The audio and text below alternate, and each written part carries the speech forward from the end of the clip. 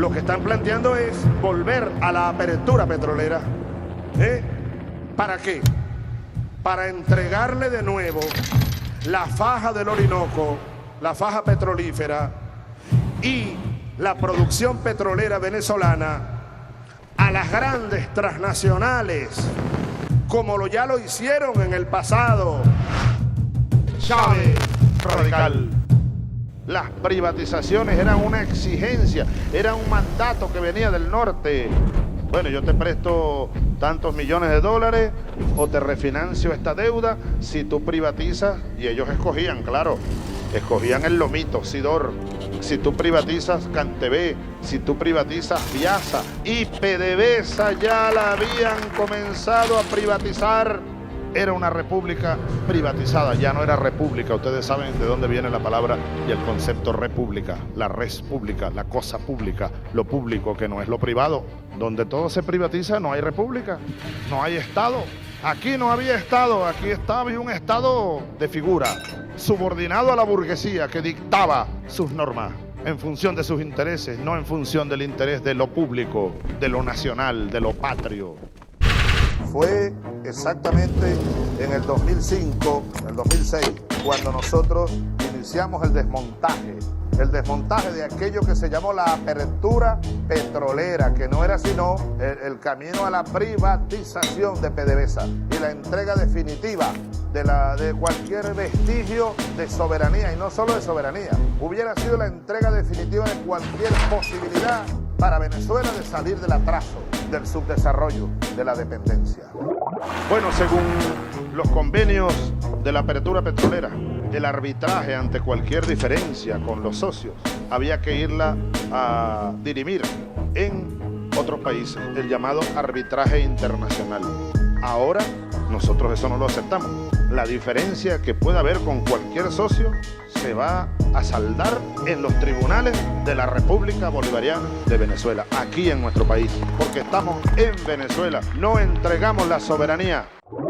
La participación de Venezuela en las antiguas asociaciones estratégicas era en todos los casos menor a 50%. O sea que eso estaba totalmente bajo control de las transnacionales. Ahora la participación de PDVSA siempre será mayor de 50% y no será menor del 60%. Eso nos garantiza el control de las operaciones. Hoy, vamos a hablar del hoy. Todas las empresas mixtas deben cumplir con un factor de recobro no menor al 20%. Esto significa que deben aplicar todas las inversiones, toda la tecnología que se requiera para extraer del subsuelo al menos 20 barriles por cada 100 de los que están allá abajo. Nunca se recobra 100%, no. En el pasado, estas asociaciones hacían una explotación indiscriminada y apenas recobraban 8% del petróleo que estaba allí, lo cual era un crimen en verdad. Sacar 8 barriles por cada 100 y se iban a otro lugar a perforar más allá y perforar más allá de manera indiscriminada. Ahora no, ahora están obligados a llegar por lo menos al 20%. Por otra parte, otro daño grave que la apertura petrolera le causó al país fue un retraso criminal. Oigan bien esto, que esto casi nunca se ha dicho. Un retraso criminal en las labores de investigación científica que PDVSA ha debido desarrollar en estos últimos años, sobre todo a través del INTEVET, el Instituto de Tecnología Venezolana del Petróleo. ¿Por qué digo yo esto? No por negligencia de los investigadores, no, sino que fueron desmantelando de buena manera ese instituto, porque a las transnacionales y al imperio no le convenía que hubiera muchas investigaciones de parte venezolana. Ellos sí, ellos se llevaron y se han llevado quién sabe cuántos secretos. El único mercado de destino entonces era Estados Unidos. Todo el destino del petróleo era para Estados Unidos. Ahora el destino es absolutamente diversificado para todas las regiones del mundo. La producción de las transnacionales aquí, en el pasado, hace 11 años, no era considerada como parte de la cuota OPEP. Oigan bien, esto significa o significaba que cuando la OPEP recortaba producción, la que tenía que recortar era PDVSA, pero las transnacionales no. Habían liberado a las transnacionales de cualquier obligación de seguir las pautas de la OPEP. Era como si estuvieran en otro país, no en Venezuela, entregando la soberanía del país. Y el mundo ha comenzado a aceptar que el que venga a invertir en Venezuela tiene que venir a subordinarse al marco legal venezolano, a la Constitución y a las leyes de una república que es soberana.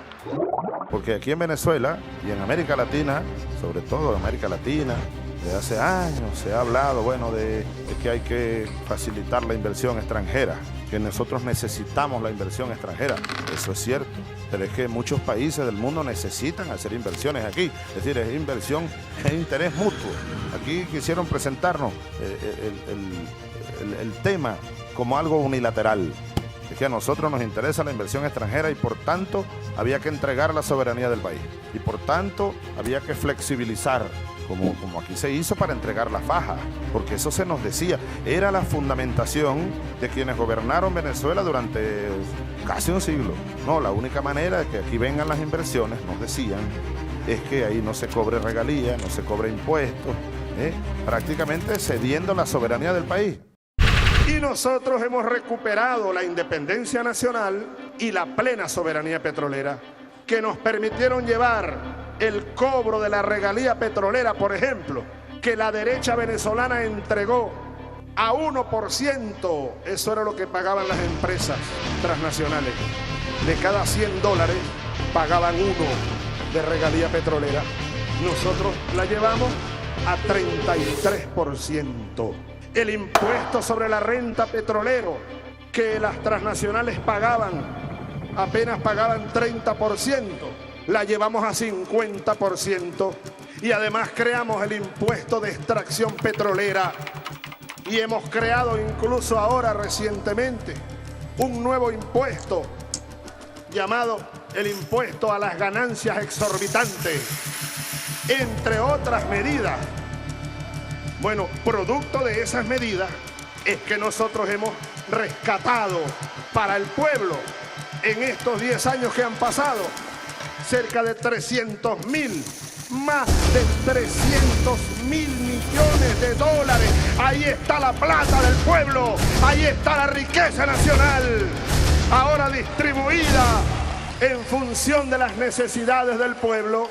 Una política económica, petrolera y fiscal revolucionaria es lo que nos permite tener los recursos necesarios para seguir apoyando las grandes misiones, la inversión social, la construcción de fábricas, la construcción de carreteras, salarios dignos para los trabajadores, seguridad social para la clase obrera, para los pensionados.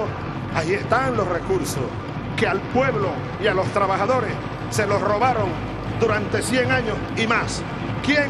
La burguesía, arrastrada al imperialismo, se llevaron las transnacionales, nada más ni nada menos. Estas son las cifras oficiales. 30.000 millones de barriles de crudo venezolano se llevaron hasta el 75. Bueno, hay que sumar hasta el 98, 23 años más. A lo mejor llegaron a 40.000, 35.000 millones de barriles. ¿Y qué nos dejaron? La miseria, el hambre. Ese es el capitalismo saqueador y explotador. Y para poderlo hacer realidad en Venezuela, el imperialismo siempre necesitó gobiernos títeres, gobiernos burgueses, y que ahí en Miraflores estuviera siempre una marioneta, un jalabola, pues. Pero a Miraflores más nunca volverá un jalabola, sino ahí seguirá gobernando un patriota, el pueblo hecho gobierno y el gobierno hecho pueblo.